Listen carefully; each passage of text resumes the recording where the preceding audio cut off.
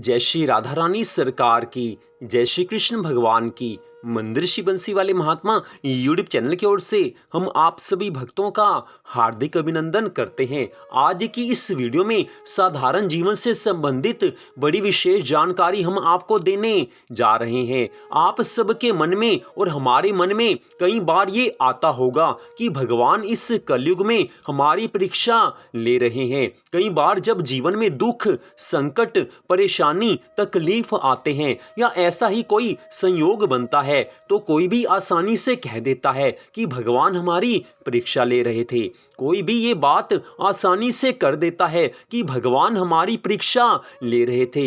लेकिन आज की इस वीडियो में हम आपको बताने जा रहे हैं कि इस कलयुग में भगवान किसी की परीक्षा लेते हैं या नहीं लेते। हम तो कह देते हैं कि भगवान हमारी परीक्षा ले रहे थे, लेकिन सच्चाई क्या है?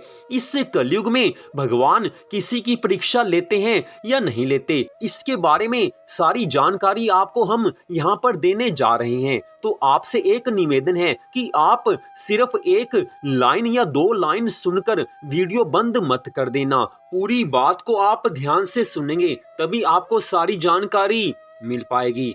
तो हम और आप कुछ भी कहें कि भगवान परीक्षा हमारी ले रहे थे, लेकिन आज के इस कलयुग की सच्चाई यही है कि इस कलयुग में भगवान कभी किसी की परीक्षा नहीं लेते हैं।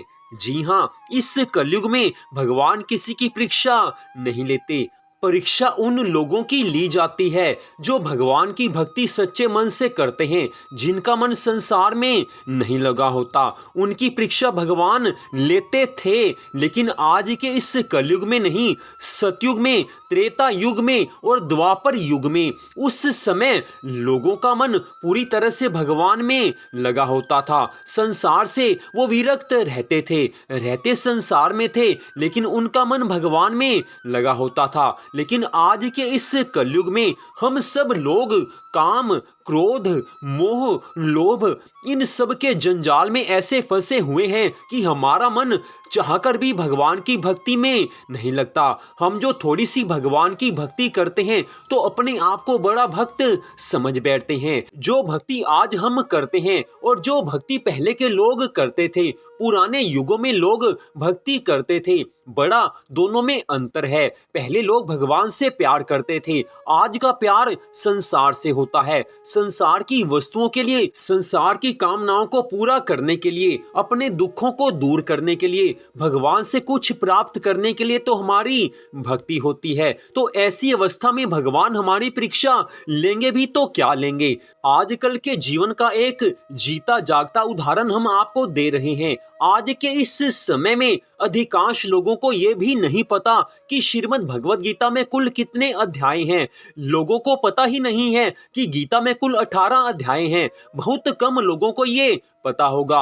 लोगों को यह भी नहीं पता कि श्रीमद् भागवत महापुराण और श्रीमद् भगवद गीता दोनों अलग अलग ग्रंथ हैं। लोग श्रीमद् भागवत और श्रीमद् भगवद गीता को एक समझकर बैठे हुए हैं। बहुत कम लोग हैं जिनको पूरी जानकारी इसके बारे में प्राप्त है। जहां लोगों को श्रीमद् भगवद गीता के बारे में कुछ पता ही नहीं है, वहां पर भगवान परीक्षा लेंगे भी तो क्या लेंगे? थोड़ा सा सब्जी में नमक कम या ज्यादा पड़ जाए, थोड़ी सी मिर्च सब्जी में ज्यादा या कम पड़ जाए तो पति एकदम पत्नी से झगड़ बैठता है, बहुत ज्यादा गुस्सा होने लगता है। दूसरी ओर मान लीजिए पत्नी ने कोई बात पति को कही है, कुछ मंगवाने के लिए बोला है, और मान लीजिए पति वो चीज घर लेकर जाना भूल गया तो पत्नी एकदम गुस्सा कर बैठती है, एकदम उसको क्रोध आ जाता है। अगली बात आप ये भी देख सकते हैं कि आज छोटे से बच्चे को अगर आप डांटेंगे तो उसको भी गुस्सा आ जाएगा। तो हम सब आज के इस समय में काम, क्रोध, मोह, लोभ में ऐसे फंसे हुए हैं कि भगवान की भक्ति भी सच्चे ढंग से नहीं कर सकते, क्योंकि हमारा मन संसार में पूरी तरह से लगा हुआ है। और भगवान परीक्षा पुराने युगों में उन भक्तों की लेते थे जिनकी भक्ति पूरी होती थी, पूरी श्रद्धा भावना से जिनकी भक्ति होती थी। उस समय तो भगवान परीक्षा लेते थे, लेकिन आज के समय में हम सब लोग बुरी तरह से मोह माया में फंसे हुए हैं। संत महात्मा तक कहीं ना कहीं माया में फंसे हुए हैं।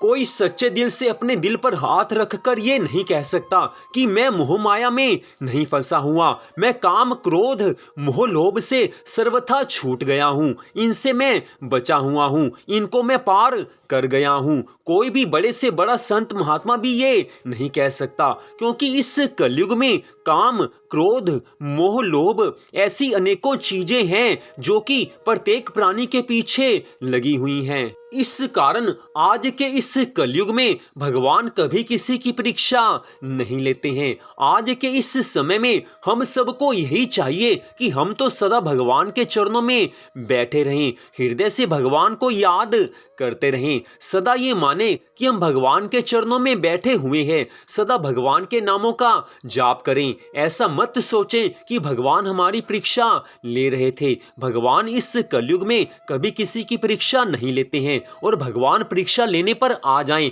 तो हम सब पहले के ही हारे हुए हैं, क्योंकि परीक्षा उसकी ली जाती है जिसके अंदर कुछ योग्यता हो। लेकिन आज के इस समय में हम सब कलयुगवासी अपने धर्म के ग्रंथों के बारे में भी पूरी तरह से नहीं जानते। पढ़ना तो दूर की बात है, थोड़ा सा ज्ञान होने पर हम ये समझ लेते हैं कि हम बड़े संत बन गए हैं, बड़े महात्मा बन गए हैं, या बड़े धार्मिक बन गए हैं। लेकिन धर्म बहुत विशाल है, हमारा हिंदू धर्म इतना गहरा है, हिंदू धर्म ग्रंथों में इतनी गहराई है कि कोई मनुष्य इसका पार नहीं पा सकता। और अगर कुछ लोग ये मानते भी हैं कि भगवान हमारी परीक्षा लेते हैं, तो वो केवल उनके मन की अपनी भावना है। वो जैसा सोचते हैं वो वैसा सोचते रहें, क्योंकि सबकी अपनी अपनी मन की बात होती है। लेकिन जो सच्चाई है वो यही है कि इस कलयुग में भगवान कभी परीक्षा नहीं लेते। अगर भगवान परीक्षा लेंगे तो सब हारे हुए हैं। तो मंदिर बंसी वाले महात्मा यूट्यूब चैनल की ओर से आज की इस वीडियो को देखने के लिए आप सबका हार्दिक धन्यवाद। भगवान श्री राधा कृष्ण जी की अनंत कृपा सदा आप सब पर, आपके परिवार पर बनी रहे, इसी मंगल कामना के साथ जय श्री राधा रानी सरकार की, जय श्री कृष्ण भगवान की, जय जय श्री राधे, जय जय श्री राधे, जय जय श्री राधे श्याम।